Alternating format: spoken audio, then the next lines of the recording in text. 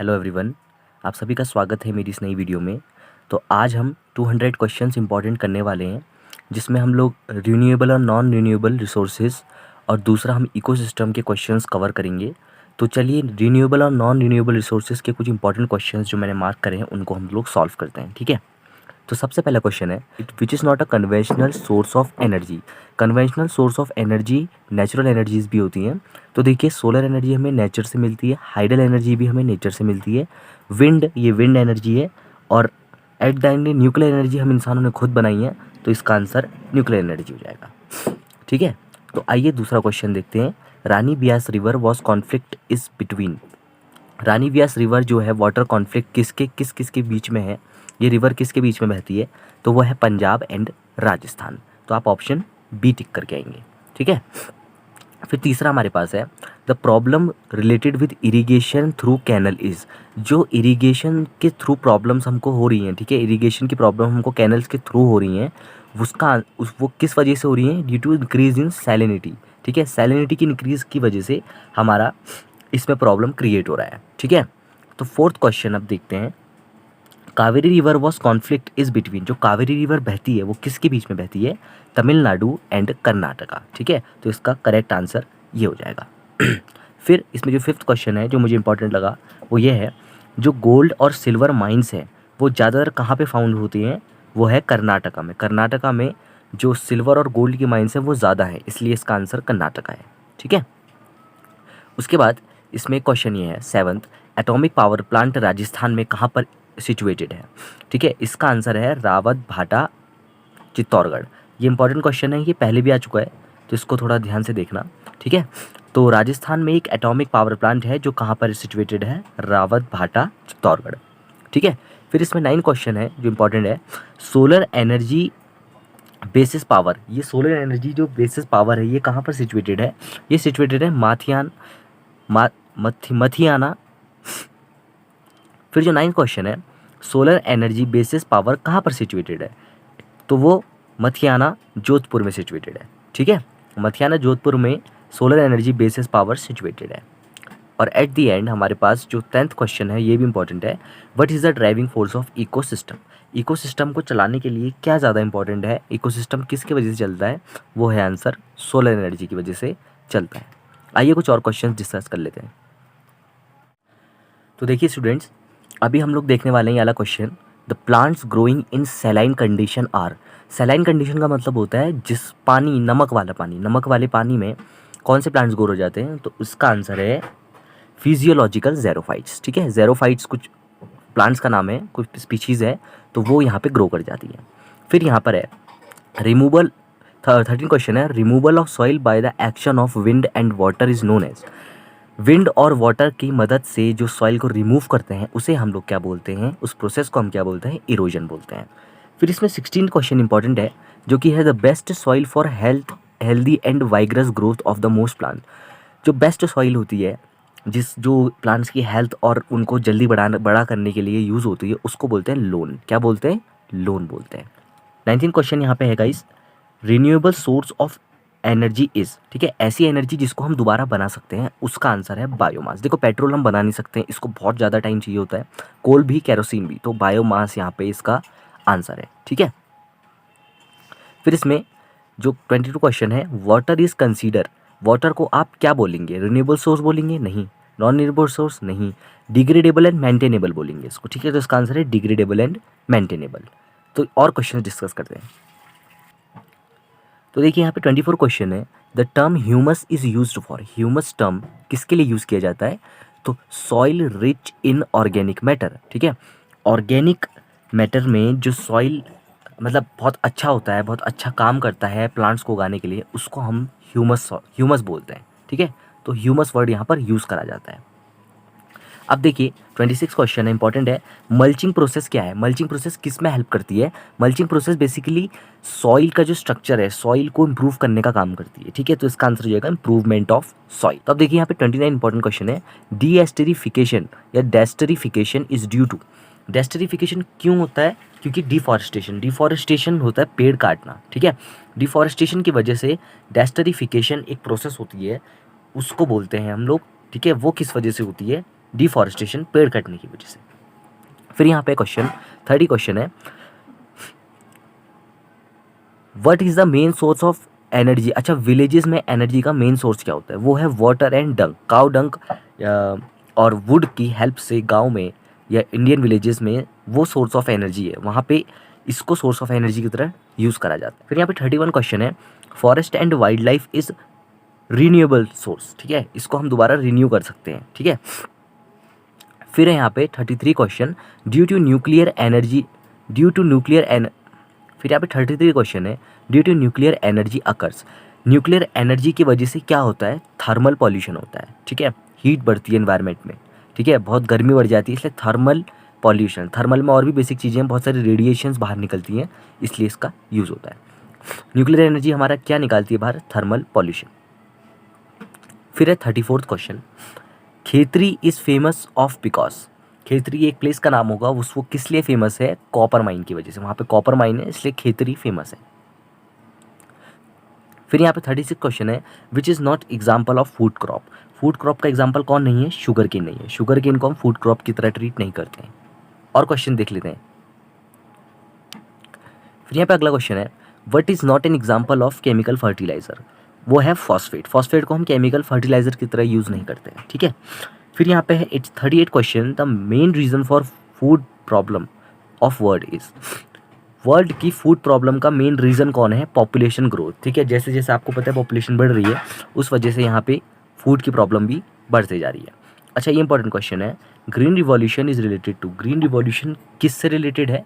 Food production से related. अब देखते हैं 44th क्वेश्चन है, इसमें से नॉन डिप्लीटेबल रिसोर्स कौन है? देखिए, नॉन डिप्लीटेबल और नॉन रिन्यूएबल रिसोर्सेज दोनों ही सेम है, ठीक है, तो सोलर एनर्जी क्या है? Non depletable resource. फिर यहाँ पे 45 क्वेश्चन है, maximum energy in world is derived from, ठीक है, maximum energy in the world कहाँ से आती है? हमारे पास कोल से आती है, ठीक है। फिर यहाँ पर 48th क्वेश्चन है, which one of the following factor is responsible for soil erosion, soil erosion के लिए सबसे ज़्यादा जो मेन फैक्टर रिस्पॉन्सिबल है वो कौन है? हाई वेलोसिटी ऑफ विंड, हवा की तेज़ चलने की वजह से सॉइल इरोजन होता है, ये एक मेन फैक्टर है। फिर अगला क्वेश्चन है, इंडिया का नेशनल ट्री कौन सा है? यह हम सबको पता है, बेनियन ट्री, ठीक है, बरगद का पेड़। फिर 55 क्वेश्चन है, पीट इज रिलेटेड टू, पीट वर्ड रिलेट किससे करता है? कोल से। अच्छा, 75 क्वेश्चन है कि पूरे वर्ल्ड में वीट सबसे ज़्यादा प्रोड्यूस कौन करता है? चाइना करता है, ठीक है। फिर 78 क्वेश्चन है, वर्ल्ड फॉरेस्ट डे कब मनाया जाता है? वो है 21 मार्च को मनाया जाता है। फिर है, ये इंपॉर्टेंट क्वेश्चन है, ये आ भी रखा है पेपर में, 83, CNG is preferred over LPG, LPG से ज़्यादा हम सीएनजी को क्यों प्रीफर करते हैं, क्यों यूज़ करते हैं? बिकॉज वो लेस पॉल्यूशन कॉज करती है, ठीक है, वातावरण में वो कम प्रदूषण होने देती है, इसलिए हम सीएनजी का यूज़ ज़्यादा करते हैं। फिर 87 क्वेश्चन है, वही main non renewable energy resource, main जो जिसको हम दोबारा बना नहीं सकते ऐसा एनर्जी रिसोर्स इसमें से सबसे ज़्यादा कौन सा है? वो है फॉसिल फ्यूल। तो फिर इंपॉर्टेंट क्वेश्चन यहाँ पे आता है, चिपको मूवमेंट किस चीज़ से कनेक्टेड है? वो है डिफॉरेस्टेशन। देखिए, चिपको मूवमेंट में क्या हुआ था, आप सभी को जैसे पता होगा कि चिपको मूवमेंट में पेड़ जब कट रही थी तो लोगों ने उसके पास वो लोग एक घेरा बना लेते थे, जिस वजह से वहाँ पेड़ नहीं कट सकते थे, इसलिए उसको डिफॉरेस्टेशन रोकने के लिए चिपको मूवमेंट हमारा इंट्रोड्यूस हुआ था। फिर एपिको मूवमेंट फॉर फॉरेस्ट, फिर एक और क्वेश्चन है, Appiko movement for forest conservation was organised in, ये एपिको मूवमेंट कहाँ पर ऑर्गेनाइज किया गया था? केरला में, ठीक है। अच्छा, सॉइल, फिर एक और क्वेश्चन है, soil fertility is lost by, soil की जो फर्टिलिटी है जिससे वो सॉइल प्लांट उगाता है वो किस वजह से लॉस हो जाती है, लूज़ हो जाती है, बेकार हो जाती है? वो है जब हम ज़्यादा फर्टिलाइज़र यूज़ करते हैं, ऑब्वियसली ना, जब हम ज़्यादा फर्टिलाइज़र यूज़ करते हैं तो सॉइल की फर्टिलिटी ख़त्म हो जाती है। फिर इसमें एक और क्वेश्चन है, मिनरल्स आर, मिनरल्स क्या है? नॉन रिन्यूएबल रिसोर्सेज, जितने भी मिनरल हैं दुनिया में वो उसको हम दोबारा बना नहीं सकते, क्योंकि वो दोबारा बन नहीं सकते, उनको बहुत टाइम लगता है, इसलिए हम उसको नॉन रिन्यूएबल में काउंट करते हैं। फिर इसमें एक और एग्जांपल है, an example of renewable resources is, renewable resources का एग्जांपल कौन है जो दोबारा हम बना सकते हैं? इनमें से विंड नहीं है, फॉसिल फ्यूल नहीं है, मिनरल नहीं है, सॉइल फर्टिलिटी है, ठीक है। नेक्स्ट क्वेश्चन है which of the following is renewable source of energy. Renewable source of energy मैंने पहले ही बोला, सबसे ज़्यादा कौन इस्तेमाल किया जाता है, कोल किया जाता है, ठीक है। फिर 145 क्वेश्चन है shifting agriculture is practised in, ठीक है। एग्रीकल्चर को शिफ्ट करने का जो प्रोसेस है, प्रैक्टिस कहाँ किया जाता है, फॉरेस्ट रीजन में किया जाता है, ठीक है। अच्छा ये इंपॉर्टेंट क्वेश्चन है, इसमें से राबी क्रॉप कौन सी नहीं है, वो है मेज, ठीक है। एक और इंपॉर्टेंट क्वेश्चन है हमारे पास next, which of the following is not a rabi crop. Rabi crop कौन सी नहीं है, इनमें से मेज नहीं है, ठीक है। फिर 147 क्वेश्चन है which of the following will exclude from non biotic resources. Non biotic resources में आप किसे नहीं गिनना चाहोगे, ठीक है। इनमें से कौन नॉन बायोटिक रिसोर्सेज बेसिकली नहीं है, वो है ग्रासलैंड्स, ठीक है। फिर एक क्वेश्चन है सेंट्रल राइस रिसर्च इंस्टीट्यूट कहाँ पे सिचुएटेड है, कटक। कटक एक जगह है उड़ीसा में, ठीक है, वहाँ पर ये central rice research institute situated है। अगला क्वेश्चन है name of largest area desert of world. आप सबको पता है कि सबसे बड़ा रेगिस्तान कहाँ पर है, वो है सहारा में, ठीक है। फिर एक और इंपॉर्टेंट क्वेश्चन है आ रखा जो ग्रीन रिवॉल्यूशन किस चीज़ से रिलेटेड है, फूड प्रोडक्शन से रिलेटेड है, ठीक है, इसलिए उसका नाम ग्रीन रिवॉल्यूशन पड़ा। फिर एक और इंपॉर्टेंट क्वेश्चन है सरदार सरोवर डैम कहाँ पर सिचुएटेड है, गुजरात में सिचुएटेड है, ठीक है। फिर नेक्स्ट क्वेश्चन है टिहरी डैम प्रोजेक्ट कहाँ पर सिचुएटेड है, कौन सी स्टेट में। टिहरी डैम प्रोजेक्ट कहाँ पर स्टार्ट हुआ था, उत्तरांचल में स्टार्ट हुआ था। नेक्स्ट क्वेश्चन है Indian institute of sugar technology कहाँ पर सिचुएटेड है, ये कानपुर में सिचुएटेड है, ठीक है। इसको बेसिकली IIST पढ़ सकते हैं हम लोग। अच्छा फिर एक इंपॉर्टेंट क्वेश्चन है क्लाउड सीडिंग किसके लिए की जाती है, बारिश को रोकने के लिए क्लाउड सीडिंग की जाती है, ठीक है।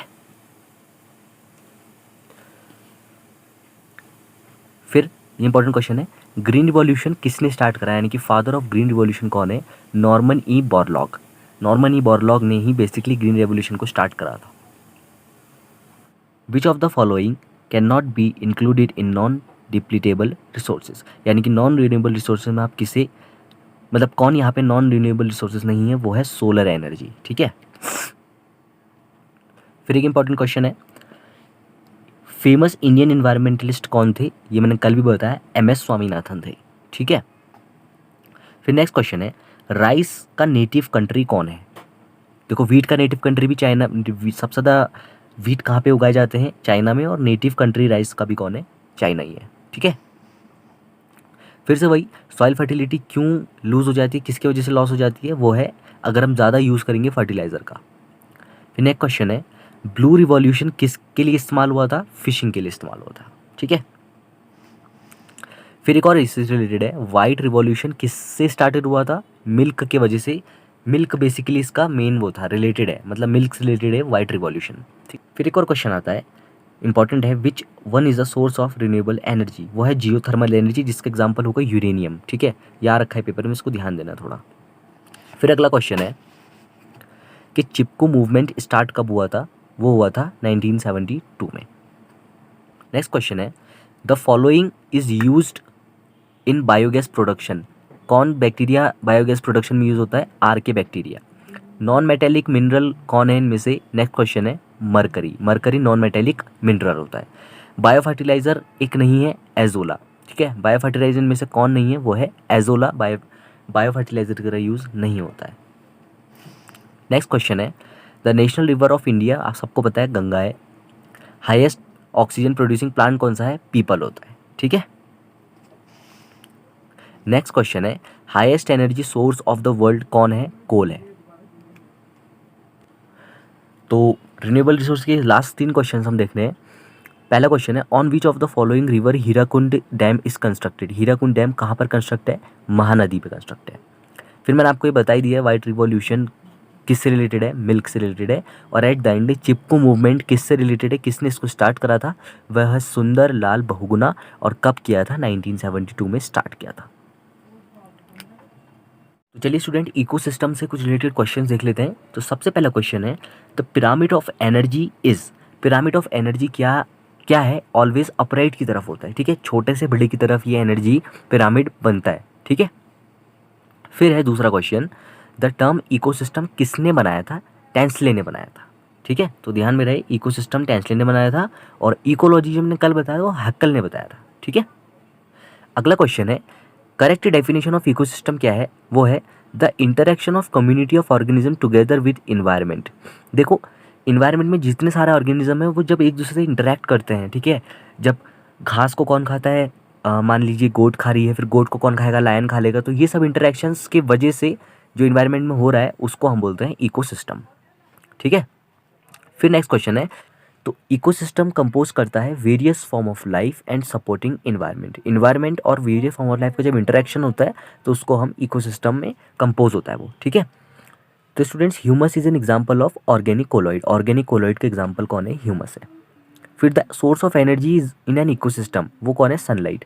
Sunlight he source of energy है इकोसिस्टम के अंदर। बिना सनलाइट के हम सोर्स ऑफ एनर्जी नहीं कर सकते। फाइटोप्लैंक्टन्स एज आर, फाइटोप्लैंक्टन्स कौन है? Microscopic floating plants. ठीक है, छोटे छोटे प्लांट्स जो फ्लोट करते हैं पानी में उनको हम फाइटोप्लैंक्टन बोलते हैं। फ्लोरा, नेक्स्ट क्वेश्चन है flora is term for, flora किसके लिए यूज़ किया जाता है? प्लांट्स के लिए यूज़ किया जाता है टर्म। ठीक है, प्लांट्स को ही दूसरा नाम है फ्लोरा। और फौना किसके लिए यूज़ किया जाता है? एनिमल्स के लिए यूज़ किया जाता है। तो देखिए स्टूडेंट नेक्स्ट क्वेश्चन है English term ecology has been coined from. ठीक है, इकोलॉजी टर्म कहाँ से आया है? ग्रीक से आया है हमारे पास। फिर नेक्स्ट क्वेश्चन है इकोसिस्टम कहाँ से, किसने हमको दिया टर्म? ये इकोसिस्टम हमें टेंसले ने दिया।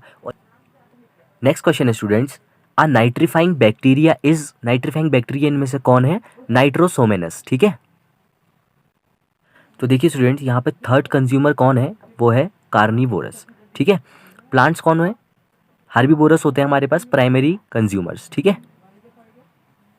नेक्स्ट क्वेश्चन है इकोलॉजिकल पिरामिड किसने डिजाइन करा था? वो किया था चार्ल्स एल्टन ने। ठीक है, तो स्टूडेंट्स नेक्स्ट और आखिरी क्वेश्चन है denitrifying bacteria of nitrogen cycle कौन है? वो है स्यूडोनोमैस।